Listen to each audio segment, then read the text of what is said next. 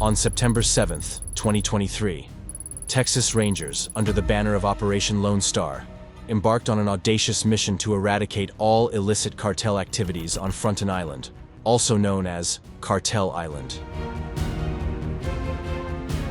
Their actions set in motion a chain of events that may potentially reshape the dynamics of the United States-Mexico border.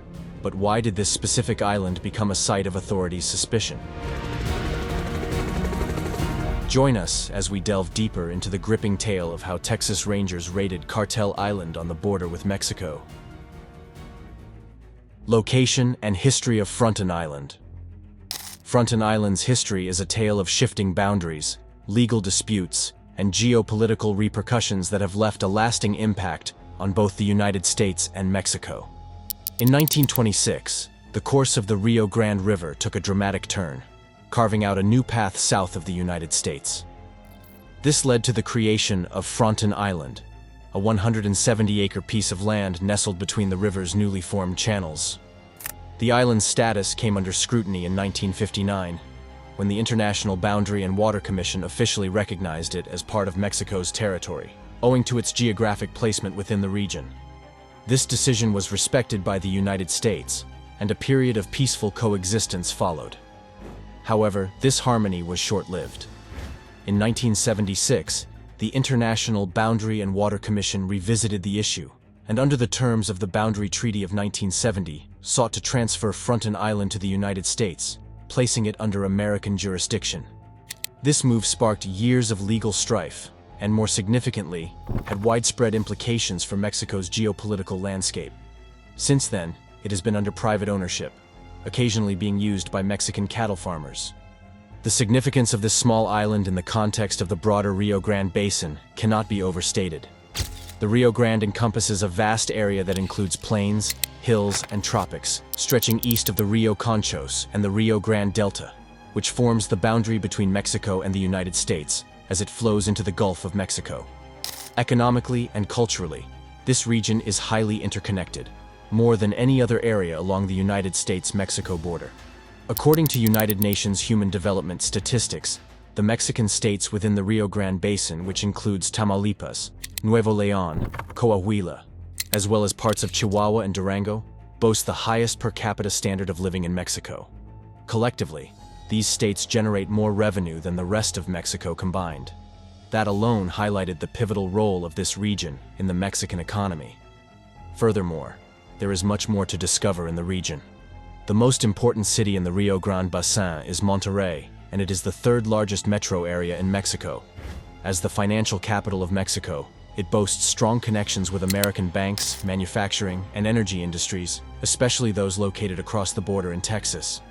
This close relationship with Texas has shaped Monterrey's development significantly.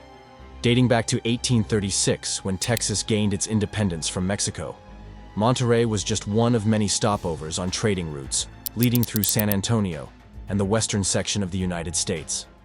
At that time, it was a relatively sizable but unimportant city. However, the dynamics changed during the Civil War when the Union Navy blocked the Confederate ports, and that made Texas a vital route for exports to Europe. To avoid antagonizing Mexico's authority, the Union couldn't block traffic down the Rio Grande, which served as an international waterway.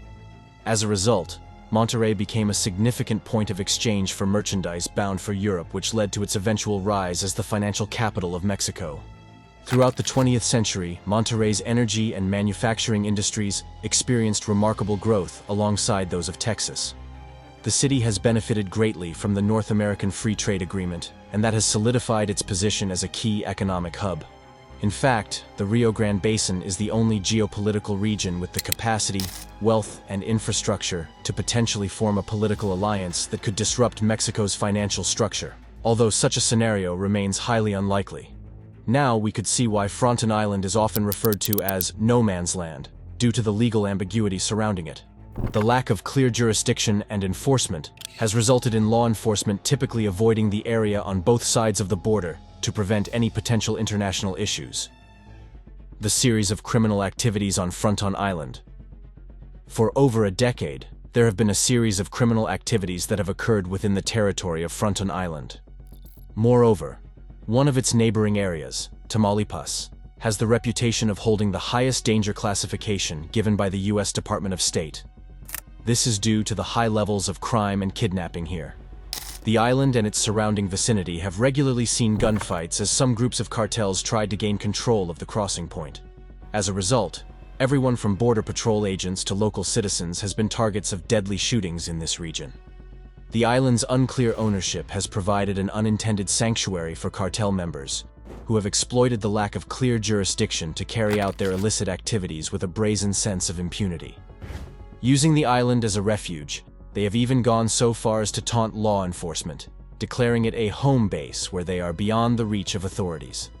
This audacious behavior has led to numerous violent confrontations within the region, with bodies frequently discovered and reports of gunshots prompting police responses. The alarming situation on Fronton Island has also raised concerns among Texas officials, who suspect that the explosions and gunfire are intended as a menacing display to deter any American presence on the island. Mike Salinas, a seasoned veteran of the United States Border Patrol, once explained that despite the island being legally part of Texas, authorities choose to look the other way due to the potential consequences. The very thought of exploring this mysterious island sparks a whole lot of controversy. Local governments on both sides of the border prefer to distance themselves from this landmass, perhaps due to its ambiguous territorial status. However, for the notorious cartels, Fronton Island presents an irresistible opportunity for smuggling and gun running. The island is right between the territories of two major cartel groups in Mexico, the Gulf Cartel and the Cartel del Noreste. Both of these groups have a history of committing crimes that affect the United States. The island is 160 acres of dense forest, which gives the cartels good cover. It's also a remote location far from any big town, with the closest one only having around 180 people. These factors combined make Fronton Island an alluring target for the cartels to carry out their illicit activities with impunity for decades. Furthermore, because this island is right in the lower part of the Rio Grande Basin, it's easier to cross the river there than in other places. Unfortunately, some parts of the Rio Grande Basin are very dangerous to cross, and there have been reports of people drowning in those regions. Leading up to the island from the south are paved roads and pathways that feed directly to the crossing areas, which helps facilitate the cartel's movement. Fronton Island reaches a high point of 177 feet in elevation. What that implies is that from a tactical point of view, it blocks any view or noise from Mexican crossing points. And it serves as an excellent lookout point into the United States, which allows the cartels to monitor any border patrol activity. This strategy was used effectively by the cartels to scan the surroundings for any American patrols. Once the coast was clear, drugs, guns, and people would then be pushed across the river. To further complicate matters, the cartel members often initiate shootings from the Mexican side of the border into the United States. This ingenious tactic makes it virtually impossible for American law enforcement to investigate or prosecute these criminals. The drug trafficking incident. Drug trafficking is a serious issue that has plagued countries around the world for many years, especially in Mexico. In 1983, 3 fugitives managed to escape from the high-security Miguel Alemán Municipal Prison in Mexico and found refuge on Fronton Island. Authorities initially believed that the fugitives would not survive on the island. In an attempt to capture them, the Texas Department of Public Safety deployed a helicopter to scan the area from above. However, their efforts were hindered by the thick jungle canopy that covered the island. The dense vegetation made it difficult to spot any signs of the fugitives. Mexican authorities also conducted ground searches, but they faced another challenge, which was the dense bamboo groves. These groves emitted a strong odor and made it hard for the search teams to breathe properly. Despite these obstacles, the authorities were determined to locate the fugitives.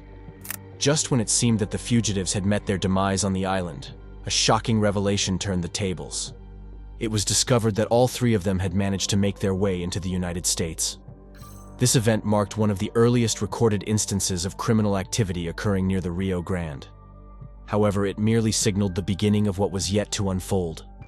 Being considered as no man's land, drug trafficking occurred through 2 different routes. One was behind the Rio Grande River in Mexico, and the other was on the southern border of Texas, where Mexican drug trafficking organizations smuggled large quantities of cocaine into West Texas. This cocaine is then distributed throughout the United States, along with small quantities of heroin and methamphetamine. These illicit drugs are usually transported from production sites in Mexico to warehouses and stash houses on the Mexican side of the border before being smuggled into the United States. Cocaine obtained from Colombian cartels in South America is also transported through Mexico to these locations. Moreover, independent transportation brokers are usually employed by these trafficking organizations to facilitate the movements of these drug shipments. It turns out that members of their organization would need to obtain a passport before freely moving around the United States.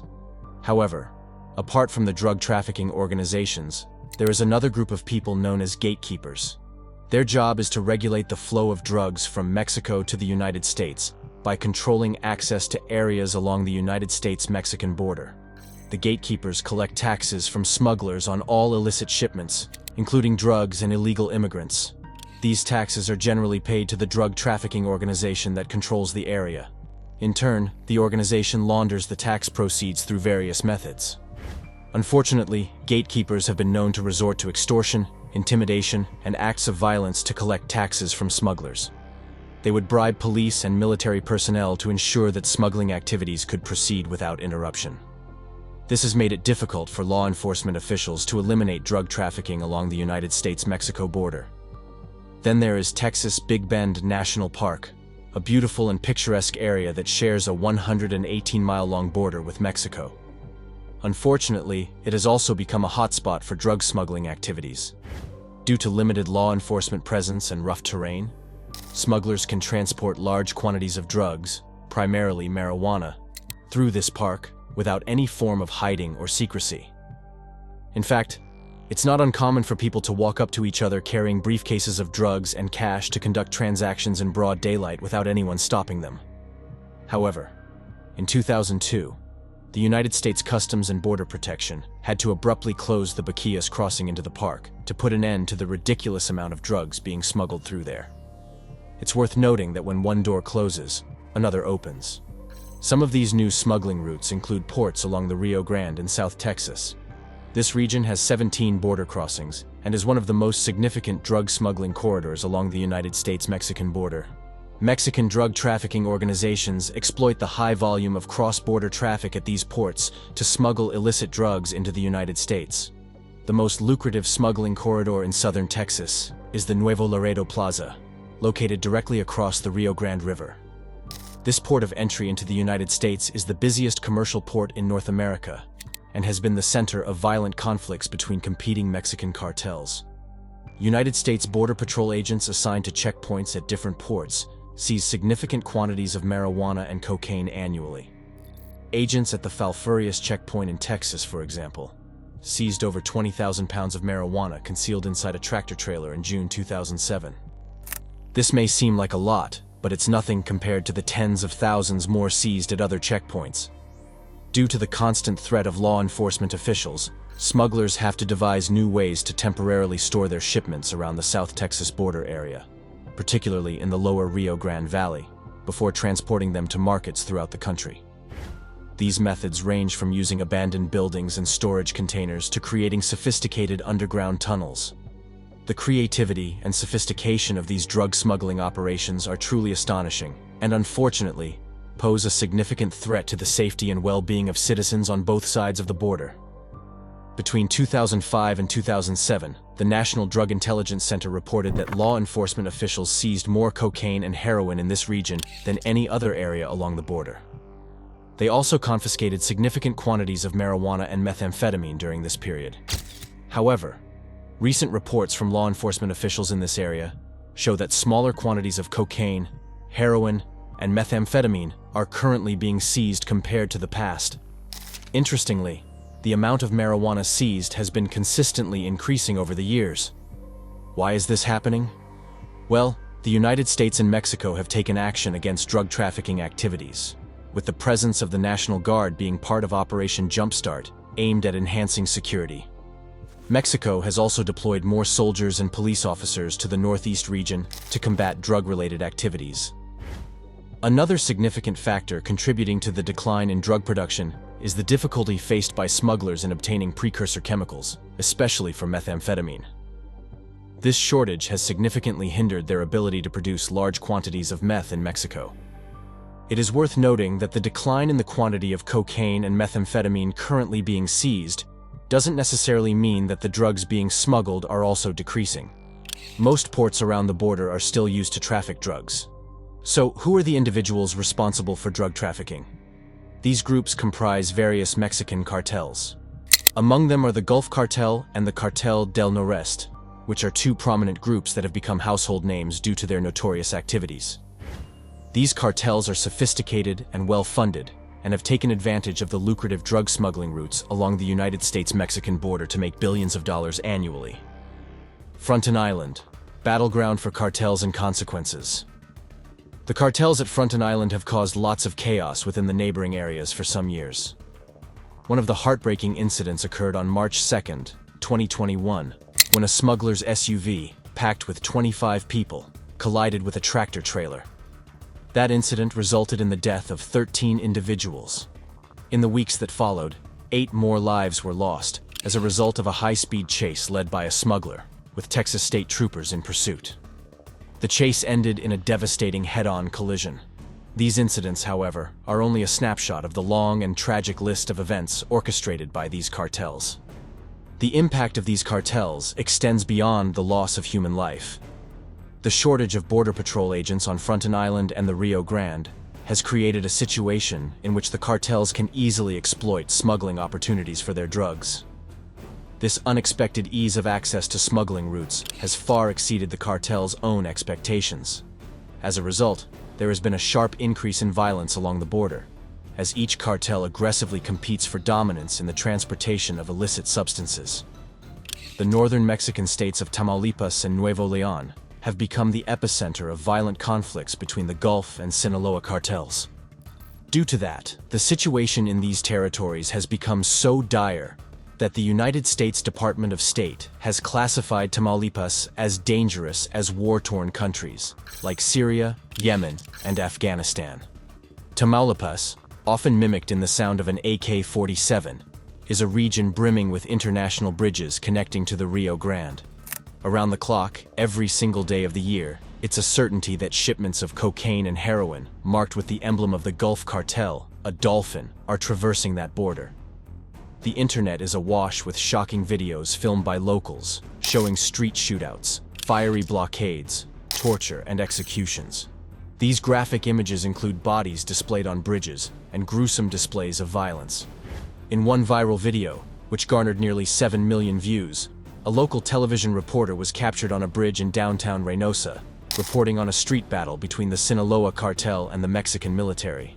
As barrages of gunfire kept on intensifying, he crouched down further until he was done narrating the news with bullets flying overhead.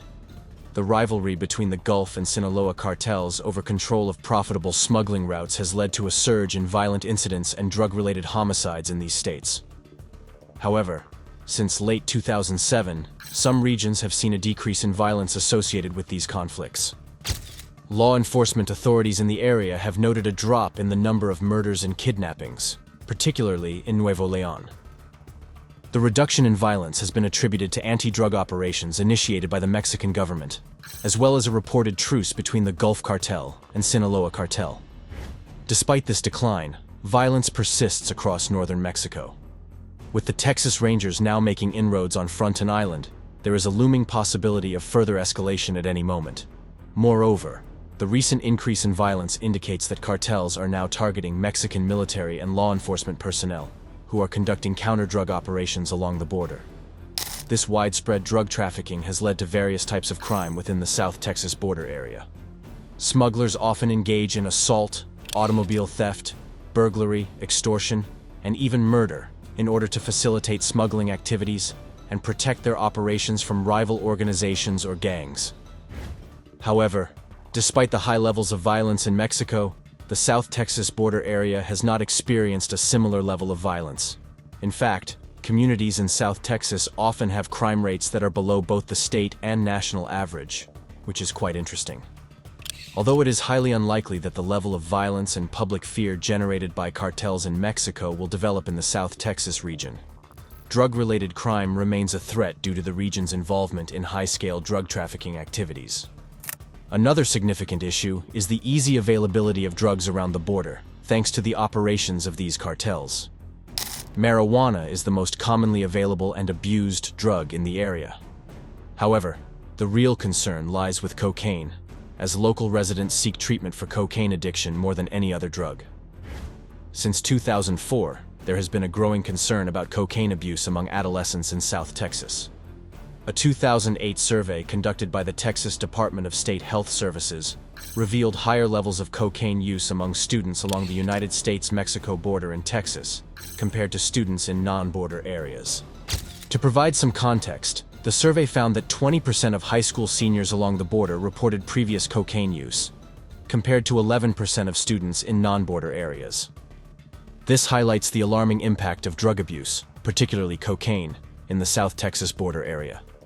The Rio Grande and Fronton Island have long been sources of contention, resulting in the growth of the Mexican economy and the gradual fall of Texas and the United States. While it's a complex issue, it predominantly stems from the lack of jurisdiction in the region. This has allowed cartels and other criminal organizations to operate with impunity, leading to drug trafficking, illegal immigration, and various other issues. These problems have been prevalent for years, and the Texas Rangers Division was well aware of them. However, it wasn't until a few notable incidents that the division resolved to take action and fight back against the insurgency. And they did so with one catastrophic operation. The operation, which remains classified to this day, was a turning point in the war against insurgency. It marked a shift from the reactive tactics used previously to proactive measures aimed at dismantling the criminal organizations that had long plagued the area. The launch of Operation Lone Star, a turning point in border security. The initiative about this operation dates back to September 30th, 2010, when David and Tiffany Hartley, a married couple who had relocated from Colorado for a job in the oil industry, embarked on a jet ski adventure into the Mexican waters of the Rio Grande. Their mission was to find a captivating abandoned Catholic church they had previously explored for recreational purposes. Little did they know that this innocent excursion would turn into a terrifying ordeal that would haunt them for the rest of their lives. As the Hartleys ventured deeper into Mexican territory, they were suddenly ambushed by a group of armed Mexican bandits who appeared out of nowhere in high-speed boats. Chaos ensued, with the bandits attacking the couple. Tiffany Hartley managed to escape, but her husband, David, was left behind. According to her harrowing account, David was wounded during the attack and tragically killed. Adding to the distress, Mexican law enforcement agencies were unable to locate his body, leaving Tiffany without closure. In the years that followed, violence continued to escalate along the border. On November 2016, a group of gunmen unleashed gunfire upon Mexican State Police and Texas Department of Public Safety troopers who were conducting surveillance. During the exchange, a Texas officer was wounded, highlighting the increasing dangers faced by law enforcement agencies. Then, in 2019, a shocking incident occurred when 4 heavily armed shooters fired over 50 rounds from the Mexican side of the river at a United States Border Patrol boat. By some fortunate twist of fate, no one was injured. These incidents, along with the alarming rise in illegal immigration, signaled a pressing need for action. By March 2021, the situation had reached a critical point. Border Patrol agents reported a staggering 173,334 encounters with undocumented migrants at the southern border, a 5-fold increase compared to the previous year. When put into perspective, this number easily surpassed the typical encounters agents would have during the springtime. The Rio Grande Valley alone witnessed 6,839 encounters, more than 3 times the number recorded in the next busiest sector, Del Rio. These figures were concerning, reflecting the scale of the problem at hand. The majority of individuals crossing the border were Honduran families, while single Mexican men represented the second largest group. This paints a stark picture, with hundreds losing their lives along the border, while thousands more are entering the United States illegally through the same dangerous route. The situation clearly calls for action. In March 2021, Texas Governor Greg Abbott initiated Operation Lone Star to address the pressing issues highlighted earlier, particularly the surge in immigration, a trend exacerbated by the new immigration policies introduced by the Biden administration. Since the launch of this operation, there has been a significant 202% rise in the apprehension of illegal immigrants. However, Operation Lone Star has faced backlash from the public, including state officials, due to reports of delays in payment to border agents, substandard working and living conditions, and a concerning number of suicides and suicide attempts among service members. This led to the United States Department of Justice initiating a civil rights investigation into Operation Lone Star to determine if any rights or treaties were being violated. However, concrete evidence to support these claims was yet to be uncovered. Numerous videos circulating on the internet sparked public outrage over the actions carried out under this operation. One particularly incendiary clip showed Federal Border Patrol agents cutting and destroying razor wires at the border, further enraging the United States federal government. Since 2022, Governor Abbott has continuously cited the invasion clauses of the Constitution to justify his strict immigration enforcement measures. Why? Well, he believes President Biden has failed to safeguard Texas against what he perceives as an invasion. However, this accusation only served to invite more legal challenges. On January 3, 2024, the Biden administration took legal action against Texas for passing a bill that granted state law enforcement the authority to detain and deport migrants who had crossed the border unlawfully. The crux of the federal lawsuit rested on the argument that Texas was encroaching on the federal government's exclusive jurisdiction over immigration. In response, Governor Abbott vehemently denied any interference, asserting that if he had, his personnel would have been instructed to shoot down any undocumented migrants entering Texas. Nevertheless, it wasn't long before he attempted to follow through on his provocative statement. The dramatic scene unfolded as Texas Rangers rode their ATVs onto Fronton Island to take control of the territory. The decision to carry out this operation was prompted by images captured by a Department of Public Safety surveillance drone, revealing armed members of the Sinaloa cartel on the island. Prior to the raid, the Texas General Land Office had officially designated Fronton Island as state property, thereby conferring law enforcement jurisdiction to the Department of Public Safety. The operation resulted in success, with no casualties reported. However, a lingering question persists. Does Fronton Island rightfully belong to Texas, or does it fall within Mexico's jurisdiction? In a bold move, the Texas Rangers not only invaded the island, but also put up the Lone Star flag there to show that they already have a territorial claim of the area. With Texas now laying ownership to Fronton Island, what comes next? Will this assertive action effectively stem illegal immigration or curb drug trafficking? Or could it potentially ignite a border conflict between the United States and Mexico? The costly dilemma and unforeseen consequences of the operation. Since the beginning of this operation, 496,000 migrants have been detained for being in the country illegally, while about 38,500 people have been arraigned to face criminal charges. Conversely, the operation has cost the Texas government about $10 billion in purchases. That's a lot, especially when you consider that this operation might not even be legal. After all, only the federal government has the power to set immigration laws pertaining to who can enter the United States.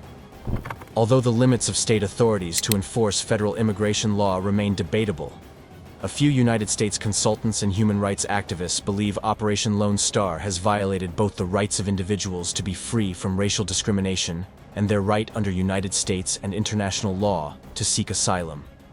But even with that, this raid doesn't seem to be the solution to the border crisis. It may temporarily decrease cartel activity around the border, but it's not a permanent fix. In addition to overland smuggling, the Mexican cartels do use private aircraft. More sophisticated cartels like Gulf Cartel and Sinaloa Cartel would use underground tunnels stretching for miles between Mexico and Texas. And drug trafficking aside, Operation Lone Star didn't eliminate the root causes of migration completely. It also didn't resolve any tension and disagreement between Texas and the federal government over security and migration policy. Nor did it improve the cooperation and communication between the United States and Mexico. Nonetheless, we need to keep our fingers crossed because, for the first time since 1861, the United States could be involved in a border war. If this happens, it might serve as a precedent for other states to take similar drastic actions, further complicating the border situation. Thank you for watching this video. See you in the next one.